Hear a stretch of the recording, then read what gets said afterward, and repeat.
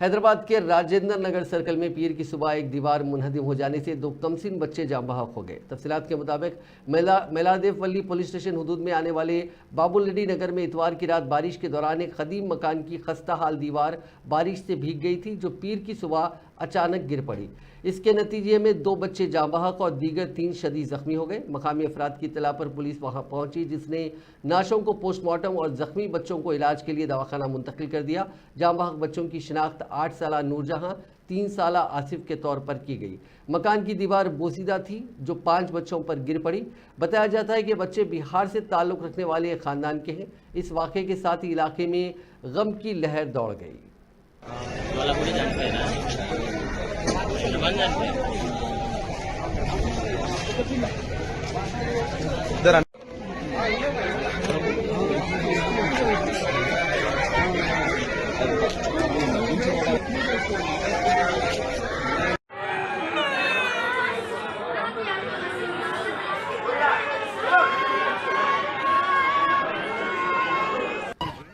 तेलंगाना के नलगुंडा के सरकारी अस्पताल में कल शब अचानक बिजली की सप्लाई मुतासिर हुई। तूफानी हवाओं के साथ शदीद बारिश के सबब ये वाक़या पेश आया, जिसके नतीजे में मरीजों को मुश्किलात का सामना करना पड़ा। अस्पताल के जनरेटर भी काम करने से मरीजों को इलाज में डॉक्टर्स और तिब्बी अमले को मसाइल का सामना करना पड़ा। बारिश के दौरान बिजली के तारों के टूटने से ये वाक़या पेश आया।